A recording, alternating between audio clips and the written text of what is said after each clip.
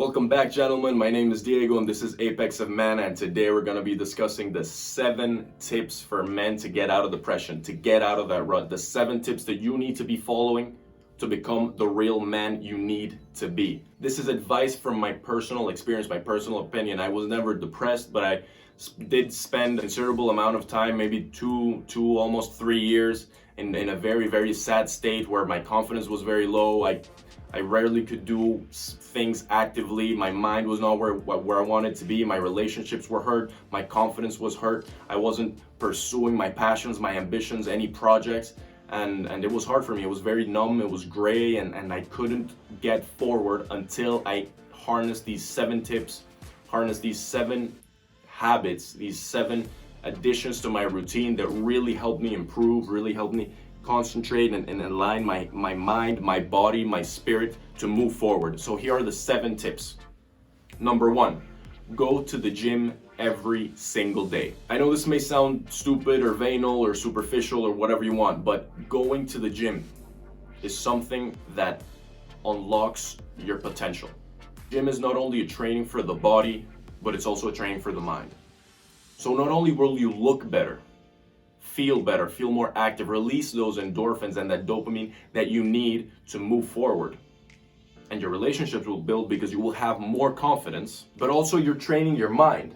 You're training your mind because every time you have to hit that rep, every time you're pushing yourself to pull or lift more weight, you're training your mind. This is a destruction and new creation process. It's like being killed and being reborn in the gym. It sounds very, very strange, probably to some people that haven't done it, but it's a way to build mental fortitude. Number 2, find a passion and follow it relentlessly. So stick to a passion, find a hobby. It could be playing the guitar, it could be singing, it could be swimming, it could be running, it could be writing books, it could be a YouTube channel. Whatever you want, find your passion and follow it. Work as hard as you can on it every day. Block some time in your routine where you're gonna say, okay, maybe I can't spend an hour focusing on this because my mind is just, I can't focus. So leave your phone in another room, like set maybe 30 minutes. Maybe you can do 30 minutes, maybe you can do 10 minutes, whatever it is, but every day focus on it, build something, improve yourself, learn new skills, new hobbies. This will keep your mind away from going to the dark thoughts, from dealing with your demons all the time, while improving your self-development, moving you forward. Number 3, build a solid routine and stick to it. By building a solid routine, I don't mean that you need to block 100% of the time. I try to, because my mind works that way. I can't have that much unstructured time during the day because I go a little crazy and a little nuts and I don't know what to do and I waste a lot of time. So, we've mentioned it in this channel before. Take a report of how you're spending your time every day. Do it for a week. See, okay, how long am I spending on brushing my teeth, taking a shower, eating, checking social media, exercising? What am I spending my time on? What could be done more efficiently? What could be done better? And then block out time for your new passion, for exercise, for developing your spirit, your soul, meditation, going to church, religious community, whatever it is, but block out time for it. If you block out time, you have a calendar app. It can be on your iPhone or on your Android, Google Calendar, whatever you need to do, but block out time. It's necessary. Block out time specifically. I even have blocked out time for social time.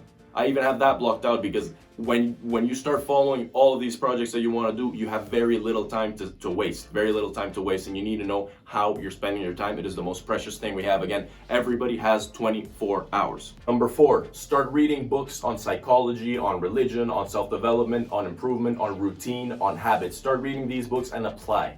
Don't just read the books and just forget about them, because I know when I read books, I forget about them. Highlight them, write notes, write summaries, write actionable steps that you can follow. This is necessary to improve yourself. And if you're telling me, no, Diego, I don't have time, I do this and that, and I have a 9 to 5, and then I work 3 shifts somewhere else. I understand we're busy, and reading is not always accessible, or we don't have that habit created. That is why I trust audiobooks. I listen to audiobooks every day. I listen to audiobooks while I commute, while I go to class, while I'm just cleaning my room, while I'm washing my clothes, while I'm doing the dishes. Whenever I have some downtime and I can passively, put something on, I try not to listen to music, and I focus on listening to audiobooks. Number 5, stop watching TV and playing video games. Focus on building relationships. Men nowadays are lonelier than ever. They stay home. in a society that does not value relationship building face to face. I know right now with COVID, it's very complicated depending on where you are. It's more or less complicated, but you need to start building relationships. You need to start calling people you haven't called in a while who you think can bring you value, who are smarter than you or more interesting in you or have other hobbies and you're interested in nurturing that relationship, and hang out with them. Go get a coffee, go get some lunch, whatever you need to do. But build those relationships. 24 hours in a day, every hour you spend on social media, on Netflix, watching TV, whatever it is an hour you could have spent nurturing an interesting relationship. And relationships build, they compound, you learn from them. Maybe you can learn a new skill. Maybe you can learn to just improve conversation. That's incredible, that's huge. Not only that, maybe that person in the future, they start a business or they know someone who owns a business and then they can perhaps facilitate a certain job opening for you. So start building relationships. Block out some time in your routine to build relationships, to call people you haven't called, to call your family, to call your friends, to call your acquaintances, to create new connections. Get a LinkedIn account.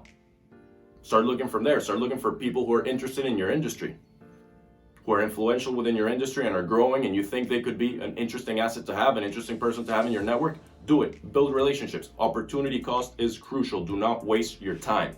Number 6, go to therapy. Now, this is a tip that I would take with a little bit of a grain of salt. You know, I personally went to therapy. I've been to therapy. I've been to maybe 4 or 5 different psychologists, some of them a lot better. Some of them have been absolutely atrocious, terrible, and they can actually detract from your personal development. So in the end, the change is going to be driven by you.